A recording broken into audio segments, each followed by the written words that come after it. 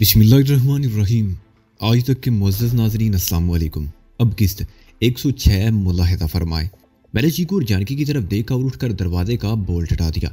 दरवाजे को बाहर से जोरदार धक्का दिया गया। अगर मैं फुर्ती से एक तरफ ना हट जाता तो उसकी जद में आकर मेरे चेहरे का नक्शा बिगड़ चुका होता। दरवाजा खुलते ही दो आदमी अंदर घुस आए। उनमें एक कदरे दराज कामत था, घुटा हुआ जिस्म और गंजा सर। उसकी उम्र 40 के लगभग थी, दूसरे की उम्र 22 के लगभग रही होगी। दरमियाने कदो कामत का आदमी था। बाल इसके कदर लंबे थे कि उसने गर्दन पर चुटियां बना रखी थी।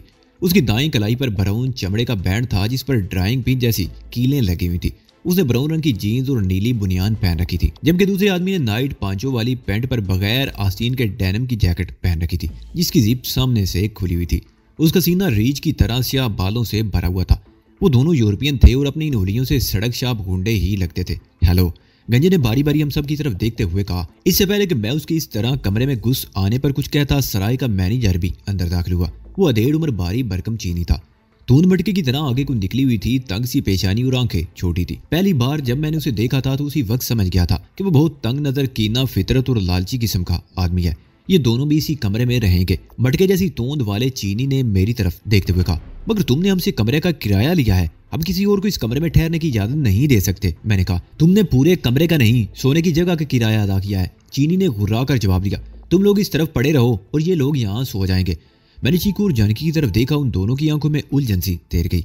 झगड़ने की बात नहीं, जानकी ने उर्दू में कहा, एक ही रात की तो बात है, कल हम यहाँ कोई और ठिकाना तलाश कर लेंगे। मैं कंधे उचका कर रह गया। मोटा चीनी मुस्कुराता हुआ वापस चला गया। वो दोनों यूरोपियन सामने वाली दीवार के साथ टेक लगाकर बैठ गए। कुछ देर वो आपस में बातें करते रहे, फिर उन्हें शायद हमारी मौजूदगी का ख्याल आ गया। गंजा अपनी जगह से उठकर हमारे करीब आ गया। तुम लोग भी शायद हमारी तरह यहाँ नए आए हो, उसने मेरी तरफ देखते हुए कहा, और फिर जानकी और चीकू को घूरने लगा। मैंने इस बात में सर हिला दिया। मैं उसे टालना चाहता था मगर वो बातों पर तुला हुआ था। उसका दूसरा साथी भी करीब आ गया। वो बातें तो मुझ से कर रहे थे मगर उनकी नजरें बार बार जानकी और चीकू की तरफ उठ रही थी। मुझे तो ये दोनों हराम के जने लगते हैं, जानकी ने उर्दू में कहा। इस तरह घूर रहे हैं जैसे नजरों ही नजरों में खा जाएंगे। अगर इन्होंने कोई नाजेबा हरकत की तो इन्हें जिंदगी भर पछताना पड़ेगा। मैंने भी उर्दू में जवाब दिया। वो दोनों बात बात पर कह के लगा रहे थे। उनकी गुफ्तगू में बाजारी पर और अंदाज लोफराना था। वो जानबूझकर ऐसे जुमले इस्तेमाल कर रहे थे जो खवातीन के सामने नहीं निकाले जाते।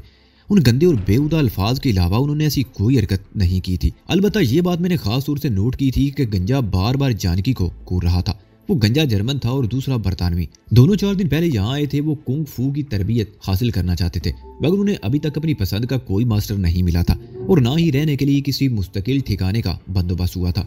उन दोनों की मुलाकात यहाँ आने के बाद ही हुई थी। वो दोनों दिन भर मुख्तलिफ जिम्नाजियम में फिरते रहे थे।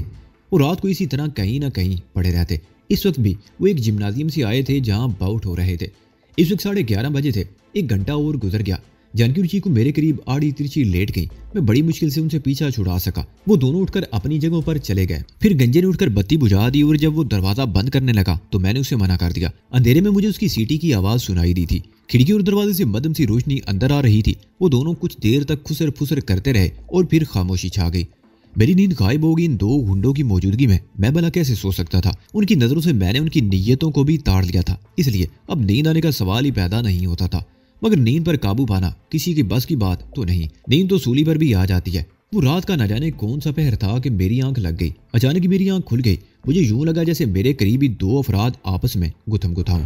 उसके साथ ही दबी दबी सी कोई आवाज भी मेरी समाज से टकराई। कमरे का दरवाजा बंद था। खिड़की से आने वाली मध्यम सी रोशनी में वो मंदिर मेरे लिए बहुत ही खौफनाक था।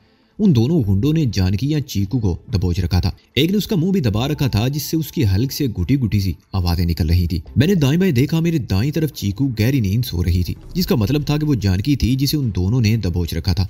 गंजा जानकी के सीने पर सवार था और दूसरी ने उसके दोनों हाथ सर के पीछे ले जाकर गिरफ्त में ले रखे थे। मैंने आहिस्ता आहिस्ता अपनी टांगे समेट ली, सांस अंदर की तरफ खींचा, दोनों हथेलियां फर्श पर टिकाई और किसी ताकतवर स्प्रिंग की तरह अपनी जगह से उछला।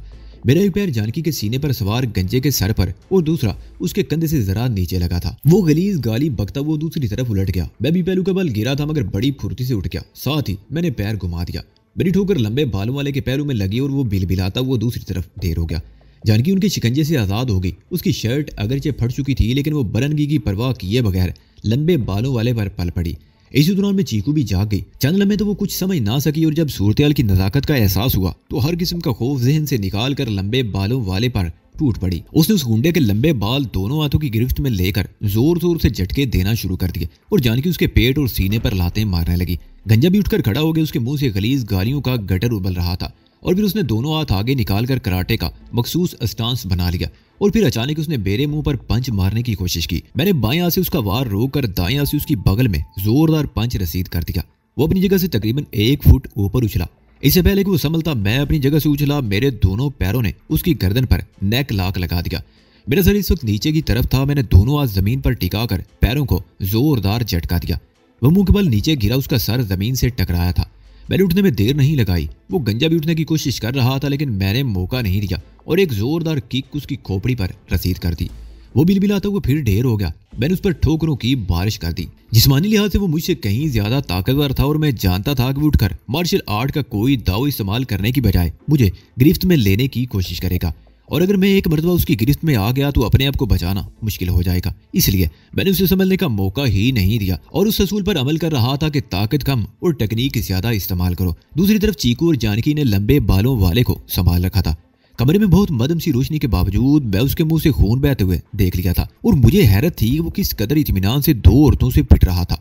वो मार्शल आर्ट्स खुसूसन कुंग फू की आला टेक्निक सीखने के लिए यहाँ आए थे और जाहिर है उन्होंने अपने अपने शहरों में भी कुछ सीखा होगा। कम से कम ब्लैक बेल्ट तो होंगे। हो सकता है उन्होंने वहाँ ट्रेनिंग सेंटर खोल रखे हों और अपने नामों के साथ डान की डिग्रियों का भी इजाफा कर रखा हो, लेकिन वो यहाँ इस कदर इत्मीनान से पिट रहे थे जैसे बहुत शरीफ ज़ादे हों और लड़ाई भिड़ाई से वाकिफ ना हो। गंजे का एक दाव चल गया। उसकी किक मेरी पसलियों पर लगी। मैं भी इख्तियार करा उठा। मैं तकलीफ से दोहरा हो गया। गंजे की दूसरी किक मेरी ठोड़ी के नीचे लगी। मैं पीछे गिरा। गंजे ने मेरे ऊपर छलांग लगा दी मगर मैं बड़ी फुर्ती से एक तरफ हट गया और उसके साथ ही बड़ी फुर्ती से उठकर उसकी पुश्त पर सवार हो गया। मेरा रुख उसकी टांगों की तरफ था। मैंने उसकी दोनों टांगों को गिरफ्त में ले लिया और पूरी कुव्वत से पीछे की तरफ मोड़ने लगा। ये फ्री स्टाइल रेसलिंग का बोस्टन क्रैब था। गंजे का पेट और सीना फर्श पर टिका हुआ था। सर को जरा सा ऊपर उठा लिया था और दोनों हाथ फर्श पर पटक रहा था। अगर वो अपने आप को छुड़ाने के लिए जोर आजमाई करता तो उसकी रीढ़ की हड्डी टूट जाती।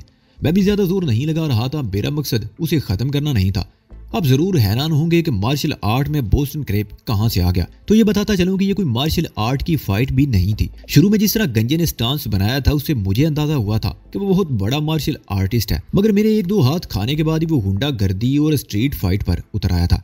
मुझे भी ऐसी दाव पीछ इस्तेमाल करना पड़े थे जो मार्शल आर्ट्स के मुसलमा असूलों के खिलाफ थे।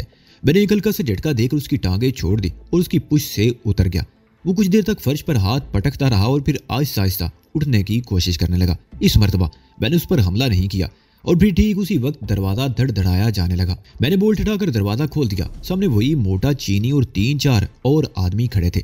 मैंने पीछे मुड़कर देखा गंजा अब भी उठने की कोशिश कर रहा था। मैंने उसे टांगों से पकड़ लिया और घसीटते हुए बाहर ले जाकर फेंक दिया। उसके चंद सेकंड बाद जानकी और चीकू लंबे बालों वालों को डंडा डोली करते हुए बाहर ले आई और भूसे की बोरी की तरह पटक कर हाथ झाड़ने लगी। मोटा चीनी और दूसरे लोग हैरत से देख रहे थे। ये क्या है? क्या किया है तुम लोगों ने इनके साथ? मोटा चीनी अकलाया।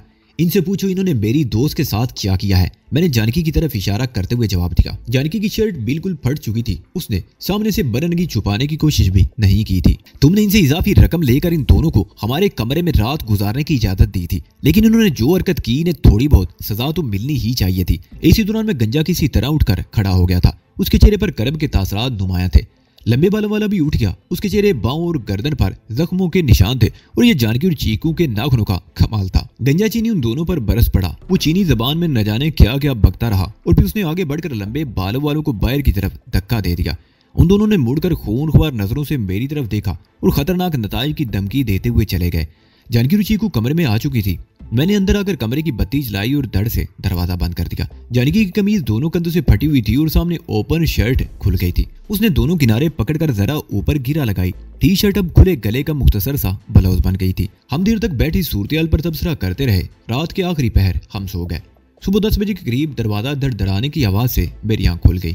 मैंने उठकर दरवाजा खोला। उस सराय का मालिक मोटा वही चीनी था। उसने बताया कि कमरे का किराया पूरा हो चुका है, इसलिए अब हम यहाँ से रुखसत हो जाएं। अगर हम अगली रात भी यहाँ रहना चाहते हैं तो किराया एडवांस अदा करें, लेकिन दोबारा आने का हमारा कोई इरादा नहीं था।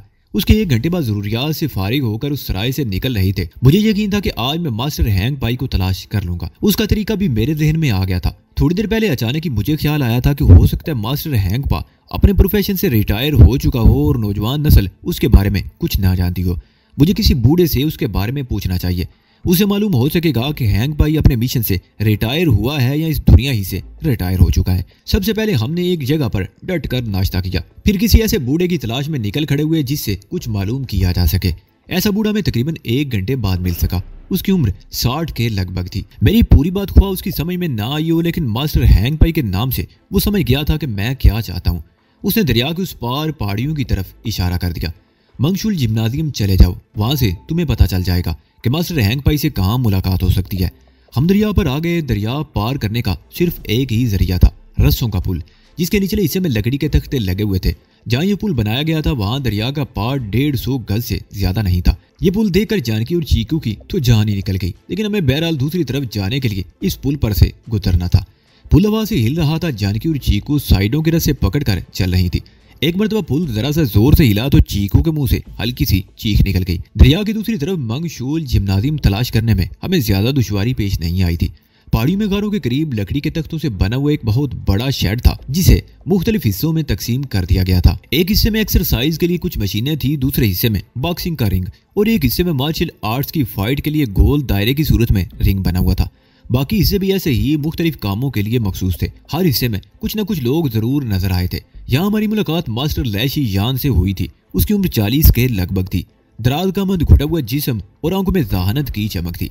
वो मैं अपने दफ्तर में ले गया, जहाँ एक पुरानी सी ऑफिस टेबल और उसके सामने लकड़ी की चंद कुर्सियां रखी हुई थी। दीवारों पर शीशे की अलमारी में मार्शल आर्ट्स में इस्तेमाल होने वाली मुख्तलिफ चीजें और ट्रॉफियां और हथियार सजे हुए थे। मास्टर लीशी यान पहले तो यही समझता रहा कि हम इस अकेडमी में दाखिला लेने के लिए आए हैं। उसने मुख्तलिफ सवालात करते हुए मुझसे कागजात तलब किए। कागजात से मुराद पासपोर्ट, चीन की वजारत दाखिला का NOC और दीगर दस्तावेजात थी। तब मैंने बताया कि मैं मास्टर हैंग पाई से मुलाकात करना चाहता हूँ, तो वो चौंके बगैर ना रह सका। वो चल में गहरी नजरों से मेरी तरफ देखता रहा। फिर सवालात का सिलसिला दोबारा शुरू हो गया और जब मैंने महाराज का नाम लिया तो वो उछल पड़ा। तुम्हारी मुराद महाराज वांग विंग जाए से है? मेरा मतलब है तुम बैंकॉक से आए हो? उसने उलझी हुई नजरों से मेरी तरफ देखा। हाँ, मैंने इस बात में सर हिला दिया। मैं इसलिए मास्टर हैंग पाई से मिलना चाहता हूँ। वो चल में मेरी तरफ देखता रहा, फिर मेरे साथ बैठी हुई चीकू और जानकी की तरफ देखने लगा। ये दोनों भी तुम्हारे साथ बैंकॉक से आई हैं? उसने पूछा। जानकी तो मेरे साथ बैंकॉक से आई है और चीकू का ताल्लुक चीन ही से है, मैंने जवाब दिया। डांगू से आते हुए डाकुओं ने हमारी वैन पर हमला कर दिया था, जिसमें 2 आदमी और इसकी कजन मारी गई। डाकू सब कुछ लूट कर ले गए। हम बड़ी मुश्किल से उनके शिकंजे से निकलने में कामयाब हुए। अगर ये हमारे साथ ना होती तो हम यहाँ तक पहुँचने में कामयाब ना हो पाते। वह चंद को खामोश हुआ, फिर बोला, चीकू एक मारूफ रकासा है। डाकू इसे पहचानते हैं। ये उनके खौफ से अपने घर जाने को तैयार नहीं। इसका ख्याल है कि डाकू इसे नुकसान पहुंचाने की कोशिश करेंगे, इसलिए ये हमारे साथ आ गई। मास्टर लीशी यान अब भी बारी बारी गहरी नजरों से हम तीनों की तरफ देख रहा था। उसकी नजरें बार बार जानकी के फटे हुए लिबास की तरफ उठ रही थी। फिर वो मेरी तरफ देखते हुए बोला, अगर मैं गलत नहीं समझ रहा तो गुज़िश्ता रात पोहान की सराय में उन 2 यूरोपियन लड़कों से तुम्हारा ही झगड़ा हुआ था। इस मरतबा चौंकने की बारी मेरी थी। तुम्हें कैसे पता चला मास्टर? मैंने पूछा। ये बड़ी छोटी जगह है, मास्टर लीशी यान ने जवाब दिया। यहाँ कोई बात किसी से छुपी नहीं रह सकती। यूं समझ लो कोई मामूली सी बात भी हो तो उसे पर लग जाते हैं। गलती उन्हीं की थी मास्टर, मैंने कहा और तफसील बताने लगा। उन्होंने जानकी की इज्जत पर हाथ डालने की कोशिश की थी। उन दोनों को अपने बाजुओं पर बड़ा नाज था, मगर शायद आज के बाद वो ऐसी कोई हरकत करने की कोशिश नहीं करेंगे। ये यूरोपियन बड़े बदमाश होते हैं, मास्टर लीशी यान ने कहा। ये लोग अपने शहरों में भी बदमाशियां करते हैं और यहाँ आकर भी ऐसी हरकतों से बाज नहीं आते, या किसी नाम निहाद एकेडमी से सर्टिफिकेट हासिल करके वापस चले जाते हैं और अपने शहरों में शाओलिन टेम्पल का रोब झाड़ते हैं। वो चंद को खामोश हुआ, फिर बात जारी रखते हुए बोला, शाओलिन टेम्पल पत्थरों की बनी हुई इमारत का नाम नहीं, ये तो एक एकेडमी है। मार्शल आर्ट की एक मुकम्मल तारीख है। लोग दूर दराज से इस फन की तरबियत हासिल करने आते हैं, बरसों यहाँ पड़े रहते हैं, मास्टर्स की मार सहते हैं, दुख उठाते हैं, तब कहीं फन के इस समंदर से एक कतरा हासिल करने में कामयाब हो पाते हैं। लेकिन ये यूरोपियन बाशिंदे यहाँ आते हैं, महीना 2 महीने रहकर चले जाते हैं और अपने शहरों में जाकर पहले से बड़े बदमाश बन जाते हैं। अगवा, डकैतियां, कत्लो गारत, मुनशियात फरोशी और ऐसे ही घिनौने कारोबार या तो ये खुद करते हैं या ऐसे कारोबार में मुलव्वस लोगों की सरपरस्ती करते हैं। इनका मकसद सिर्फ दौलत कमाना होता है। किसी भी तरीके से ये फन दौलत कमाने के लिए नहीं है, ना ही बदमाशी और गुंडागर्दी के फरोग के लिए।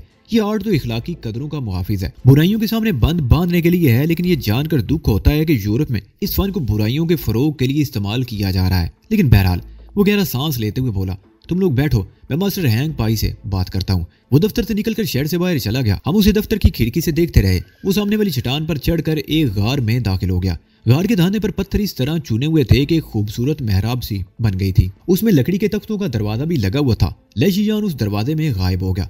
बस लेशीजान की वापसी तकरीबन आधे घंटे बाद हुई। वो मैं उस चट्टान वाली मेहराब में ले गया। अंदर से ये गार बहुत बड़ा और मुख्तलिफ हिस्सों में तकसीम था। बस लेशीजान में एक बहुत बड़े कमरे में ले गया, जहाँ एक चबूतरे पर गौतम बुद्ध का मुजस्मा फास्टिंग बुद्धा रखा हुआ था। पत्थर का ये मुजस्मा बड़ी नफासत से तराशा गया था। फाकाज़दा बुद्ध का पेट अंदर को दंसा हुआ था और पसलियां नुमायां तौर पर दिखाई दे रही थी। मुजस्मे के सामने कोई खूबसूरत चीज सुलग रही थी, जिसकी बीनी बीनी खुशबू पूरे गार में फैली हुई थी। बुद्धा वाले चबूतरे के सामने जरा बाईं तरफ चौकी पर एक आदमी आलती पालती मारे बैठा था। उसने बख्शुओं वाली पीली चादर ओढ़ रखी थी। कमर उसकी बिल्कुल सीधी थी और जिल्द बिल्कुल साफ था, जो ट्यूबलाइट की नकरई रोशनी में चमक रहा था। मेरा ख्याल था कि वो कोई जवान आदमी है और बिल्कुल सीधा बैठा हुआ था। मास्टर लेशीजान ने करीब जाकर सरगोशी में कुछ कहा। वो जब पत्थर की चौकी पर बैठा हुआ हमारी तरफ घूमा तो मैं उछल पड़ा। उसके चेहरे पर मकड़ी का जाल सा बुना हुआ था। अगर मैं कोशिश करता भी तो उसकी झुर्रियां गिन नहीं सकता था। वो मास्टर हैंग पाई था। मेरे अंदाजे के मुताबिक उसकी उम्र 85 और 90 के दरमियान होगी, मगर वो जिस तरह सीधा बैठा हुआ था मुझे शदीद हैरत थी। सामने से उसका सीना बिल्कुल सीधा था और गौतम बुद्ध की तरह उसकी पसलियां भी नुमायां नजर आ रही थी। मैं फौरन ही उसके सामने झुका। मास्टर लेशीजान भी उसके सामने दोनों हाथ बांधे सर झुकाए खड़ा था। मास्टर हैंग पाई ने सीधा हाथ आशीर्वाद देने वाले अंदाज में आगे बढ़ाया। लेशीजान ने मुझे इशारा किया और मैं उस बूढ़े के सामने दो दानों होकर बैठ गया। जानकी हमारे पीछे 2 कदम के फासले पर बैठ गई। मास्टर हैंग पाई की आंखें मेरे चेहरे पर मरकूज थी। उसकी आंखों में अजीब सी मकनातीसी कशिश थी कि मैं कोशिश के बावजूद भी अपनी नजरें नहीं हटा सका था। मेरे पूरे वजूद में चींटियां सी रेंगने लगी और रीढ़ की हड्डी में सनसनाहट की एक लहर दौड़ती चली गई। मुझे कई साल पहले का वो वाकया याद आ गया जब बैंकॉक में मास्टर हुचन इबादतगाह के तय खाने में मुझे साथ ले गया था और वहां एक ऐसे ही पुरस्कार बूढ़े के सामने ले गया था। उस वक्त भी मेरी कुछ ऐसी ही कैफियत हुई थी। हम दोनों एक दूसरे की आंखों में झांक रहे थे। एक लम्हे को तो मास्टर हैंग पाई की आंखों में सर्द मोहरी नजर आई। मैं झुरझुरी लेकर रह गया, मगर मेरी नजरें उसके चेहरे से नहीं हटी। मास्टर की आंखों में बदतरीन नरमी आती गई, फिर उसके होंठों पर खफीफ सी मुस्कुराहट आ गई।